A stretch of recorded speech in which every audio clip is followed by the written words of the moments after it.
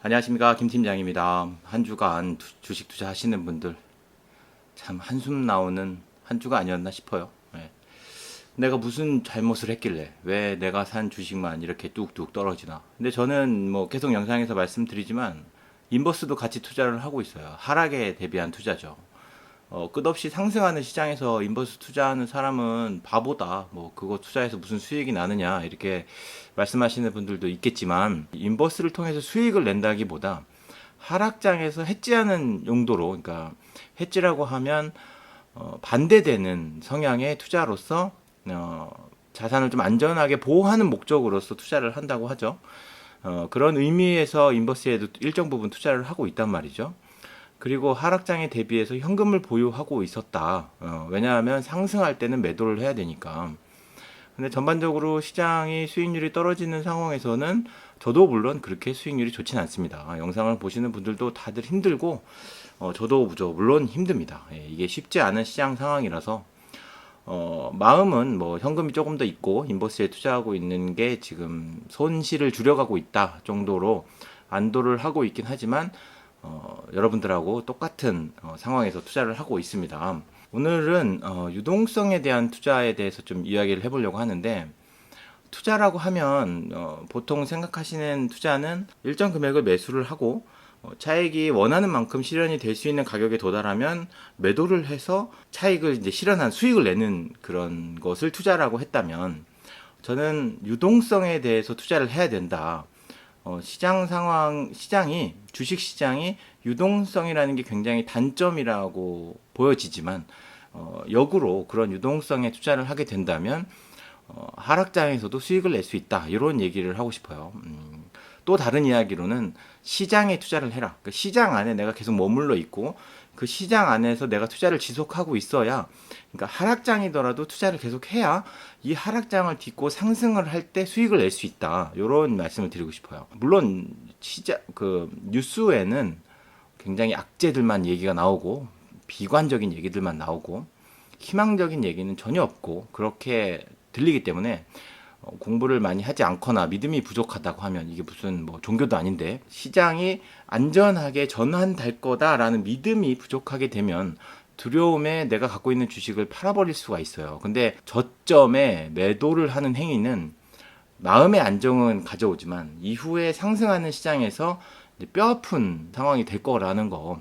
그렇기 때문에 뭐 초기에 손절할 수 있는 시기를 뭐 잘 잡아서 매도를 했다고 하면 다행이긴 하지만, 대부분의 분들은 고점 대비 하락하는 시장에서 견디기가 힘들어요. 예, 그래서 매도가 좀 쉽지 않는 상황입니다. 예, 그래서 저는 손절하는 라인을 뭐 특별한 규칙을 갖고 잡는 게 아니라 꾸준히 매수를 하고 상승하는 정도가 많이 크고 수익을 많이 냈을 때 매도하는 걸로 갑니다. 네. 때에 따라서는 저점에서 매도를 해서 손절하는 방식이 있긴 하지만 그건 아주 극히 드문 경우예요. 예. 이렇게 시장 안에서 내가 투자를 계속 지속하고 있고 유동성을 이용해서 유동성을 좀 쉽게 설명을 드리고 싶은데, 유동성이면 움직임이잖아요. 예. 주가가 움직이는 방식을 많은 요인들이 있어요. 이제 첫째로는 그 기업의 본질 가치, 기업에서 매출을 잘 일으키고 있느냐, 이익이 많이 나고 있느냐. 매출이 많이 이루어진다는 거는 판매를 잘 한다는 거죠. 그게 서비스든 제품이든 판매를 잘 하고 있느냐와 내부적인 관리를 잘해서 경비를 줄여서 이익을 잘 내고 있느냐, 그리고 적절하게 투자를 하고 있고 현재의 판로 말고 새로운 기술을 개발하기 위해서 노력을 하고 있느냐, 그런 거에 의해서 기업의 가치를 평가를 할 수 있겠죠. 근데 이런 것들은 저희들도 평가를 할 수가 있어요. 근데 전문가들보다 조금 더 늦게 평가가 되는 거죠. 그렇다면 기업의 가치 말고 현 세상에 풀려져 있는 돈, 예, 지금 저희가 주가를 돈으로 매매를 하잖아요. 그럼 그 돈의 가치가 있을 거 아니에요. 지금 가지는 돈의 가치가 이자율로서 평가를 하는 게 좀 쉽게 생각하실 수 있을 것 같아요. 이자가 싸다는 얘기는 돈의 가치가 싸다는 거거든요. 같은 돈을 빌려줬을 때 그 대가로 받는 이자의 가치가 돈의 가치가 되는 거죠. 근데 팬데믹 사태로 인해서 금리가 많이 낮아졌잖아요. 돈의 가치가 많이 낮아졌던 거죠. 그럼 그 돈으로 거래할 수 있는 기업의 가치가 올라간 거죠. 상대적으로 돈과 기업의 가치를 봤을 때 돈의 가치가 떨어졌기 때문에 상대적으로 기업의 가치가 올라갔고 기업의 가치를 나타내는 주가가 올라가게 된 거죠. 근데 이제 팬데믹이 끝나가고 인플레이션이 발생된다라고 해서 금리를 올리고 있는 상황입니다. 뭐 금리를 왜 올리냐, 왜 내리냐 이런 얘기들은 너무나 복잡한 얘기들이 많기 때문에 일단 금리가 올라감으로 인해서 돈의 가치가 올라가게 됐고 그러한 돈의 가치가 올라감으로 인해서 돈의 가치로서 평가를 받던 기업의 주가가 내려가고 있는 상황인 거예요. 금리가 무작정 언제까지나 상승할 수 있는 건 아니거든요. 금리가 많이 올라가게 되면 지금까지 대출을 받았던 가게나 뭐 기업들에 대한 부담도 커지게 되고 또 부동산에 대한 경기도 문제가 생기게 되고 이렇기 때문에 급격하게 올릴 수가 없는 상황이에요. 근데 한국은 미국의 금리의 영향을 좀 받고 있는 나라이기 때문에 미국에서 금리를 올릴 수 있는 가능성이 굉장히 큰 상황에서 한국에서도 금리를 이렇게 올리게 된 거죠, 지금도. 한국에서 금리를 올리고 있고 미국에서도 금리를 올려야 되겠다는 이야기들이 나오니까 오히려 기업의 주가가 막 내려가고 있는 상황인 거죠. 예. 그렇지만 언제까지나 내려가진 않을 거다. 완전히 하락을 해서 뭐 5년, 10년 이렇게 하락하는 시장이 오지는 않을 거다라고 봅니다. 왜냐면 기업의 또 본질 가치 중에 하나인 기업의 매출과 이익에 영향을 미치는 그 주가도 있기 때문에, 그러니까 주가도 기업의 본질적인 가치에 묶여 있기도 하기 때문에 유동성도 물론 중요하지만 돈의 가치도 물론 중요하지만 그 기업이 얼마나 수익을 내고 있느냐도 중요하니까요. 저는 지금까지 투자를 하면서 나름 안전한 기업이다라고 생각되는 곳에 투자를 합니다.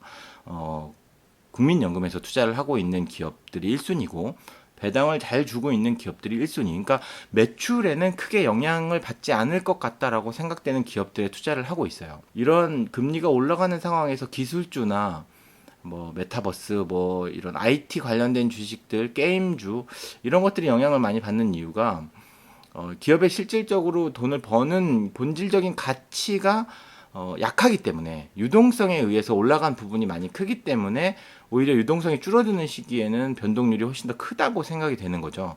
근데 저는 그러니까 개인 투자자하고 직장인 분들, 그러니까 안전하게 투자를 하고 싶은 분들에게 높은 수익률을 바라보는 것보다 안정적으로 매출을 올리고 안정적으로 수익을 내고 있고 배당을 주고 있는 기업을 위주로 투자를 해야 된다라고 얘기하는 이유가 이러한 유동성을 나의 힘으로 가지고 갈 수 있는 나에게 가지고 갈 수 있는 요소 중에 하나를 이용하려면 기업이 안전하게 수익을 내고 있는 전제 조건 하에 이제 투자를 해야 되거든요. 매출은 많지 않은데 앞으로 매출이 많이 나올 거야라는 가능성에 투자를 하게 되는 게 유동성에 말려 들어가는 거라고 보면 되거든요. 물론 시장을 잘 바라보시는 분들은 이 정도면 너무 고점이다라고 생각해서 고점에서 매도를 하고 나오실 수 있는 부분들도 있긴 하지만 개인 투자자분들은 솔직히 그렇게 투자하기 힘들거든요. 끝없이 상승하면 거기에 그냥 내 몸을 맡기고 싶어 하는 게 개인 투자자의 마음이 좀 더 많다고 생각이 되니까 그렇게 투자하는 것보다 안전하게 매출을 올리고 수익을 낼 수 있는 기업 위주로 투자를 해야 된다는 겁니다. 그리고 그것을 이렇게 부분적으로 하락할 수 있는 여지가 있기 때문에 분할 매수를 해야 되고 특정 부분의 현금을 보유해야 된다. 현금과 분할 매매를 통해서 기업을 바라보게 되면 이렇게 하락장에서도 두렵지 않고 오히려 어떤 걸 더 사야 되는지 이렇게 생각을 하게 됩니다. 지금까지 주가가 막 상승했을 때 느꼈을 거예요. 조금만 더 싸지면 내가 이 기업을 좀 샀을 텐데 내가 지금 이 뭐 5만 원짜리 지금 주가라고 하면 이거 좀 4만 원 됐으면 내가 사고 싶었었는데 실제 지금 그 주가가 4만 원이 된 겁니다. 예. 내가 원하는 가격이 된 거야. 근데 왜 그걸 잘 살 수가 없느냐 이거죠. 예. 충분한 마음의 준비와 충분한 현금과 충분하게 내가 이걸 매매할 수 있는 계획에 갖춰져 있지 않고 뉴스에 너무 휘둘리기 때문에 세상 돌아가는 거에 휘둘리기 때문에 투자를 하기가 어려워하시는 건 아닌가. 그런 뉴스에 오히려 하락하는 시장 안에서 추가적으로 매수할 수 있는 기업을 바라볼 수 있고 찾을 수 있는 그런 눈을 가지려면 공부를 해야 됩니다. 예, 그 기업에 대한 공부도 해야 되고 내 자산에 대한 그 관리도 좀 해야 되고 하니까 이제 물리셨다면 이제 너무 고점에 한꺼번에 매매를 했다면 안타깝지만 뭐 더 기다리시거나 근데 저는 몰빵 투자하는 게 안 된다고 생각하거든요. 이게 몰빵 투자는 답이 없어요. 그냥 일단 매도를 하고 내가 잘못을 깨달았을 때 그 잘못을 인정하고, 이제 수업료 냈다고 생각하고 매도를 하고 나서 분할 매매와 분산 투자하는 것, 그리고 자산을 재분배하고 자산을 관리하는 방식에 대해서 처음부터 공부를 다시 하고 시작하는 게 낫지 않나. 빚어서 투자하지 않고 본인의 여유 자금으로 인해서 긴 시계열을 바라보면서 투자를 하신다고 하면 오히려 현재의 하락장은 기회가 될 것이다. 저는 그렇게 생각합니다. 하락장에 매수를 해야 수익이 나요. 예. 상승할 때 남들 따라서 사는 것은 리스크 대비 수익이 많이 나지 않습니다. 예. 이렇게 하락할 때 추가적으로 매수를 할 수 있는 그런 기업을 찾을 수 있는 그런 공부를 하실 수 있길 바라면서 한 주간의 매매 기록과 수익률을 또 말씀드리도록 하겠습니다. 자, 매수 글로벌 탄소 배출권 선물, FM골프 테마, 게임 테마, 바이오, 현대산업개발, JYP, 대우조선해양, 맘스터치, 오리온홀딩스, 우리금융지주, 하나금융지주, 한원시스템, 티웨이홀딩스, 한독을 새로 편입하였습니다.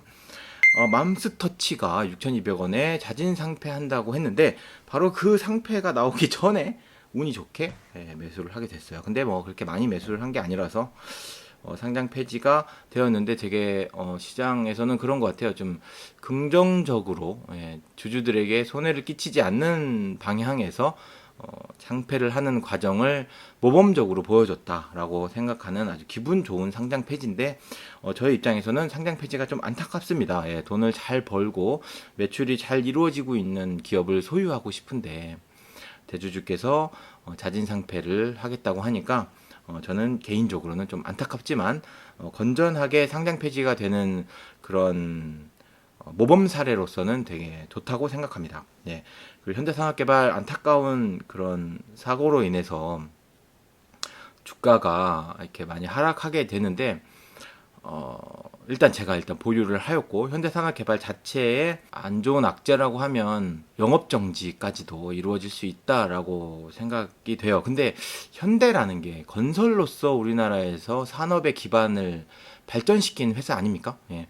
그래서 저는 이런 어려운 상황을 잘 극복해 나갈 것이다 라고 믿고 꾸준히 투자를 하기로 했습니다. 예. 제가 이제 현대산업개발에 투자 비중이 만약에 많았다고 하면 손절을 했을 것 같아요. 근데 150분의 1의 비중으로 투자를 하고 있기 때문에 조금 더 들고 있어도 되지 않을까. 좀 더 장기적으로 2년, 3년 이상, 5년 이상 계속 꾸준히 들고 있을 것이라 들고 있어도 되지 않을까. 이 기업이 상장 폐지가 되진 않을 거라라는 저의 그런 신락 같은 희망으로 매수를 하였고요.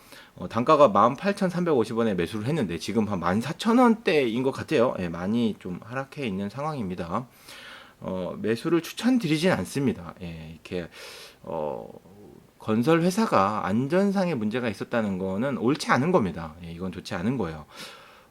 이러한 것을 제가 진작에 알았다면 편입하지 않았을 거예요. 그렇지만 저는 이제 국민연금 투자 순위 상위 종목 기준으로 투자를 했고 또 올해 9월 달에 또 새로운 편입 리스트가 나오니까 거기 기준에 또 부합하지 않다고 하면 내년에는 또 편출, 그러니까 제외하게 될 수도 있을 겁니다. 그렇지만 현재까지는 이제 꾸준히 편입을 시켜서 저의 매매 기준에 따라서 매매를 하도록 하겠습니다.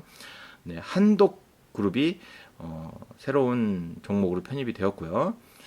매도는 미국국 다우존스 고배당주, 인도, 라틴, 200 철강 소재, 보험, KB금융, 메리츠화재, 참 좋은 여행, 항공우주, 한화솔루션, 현대로템이 매도되었습니다. 1월 21일 기준 수익률은 코스피는 2834.29 전주 대비 마이너스 3%, 코스닥은 942.85 전주 대비 마이너스 2.94%, 김 팀장은 주간 수익률 누적 수익률 11.77 전주 대비 마이너스 1.82%, 현금 비중 27.36% 전주 대비 5%나 상승하였어요.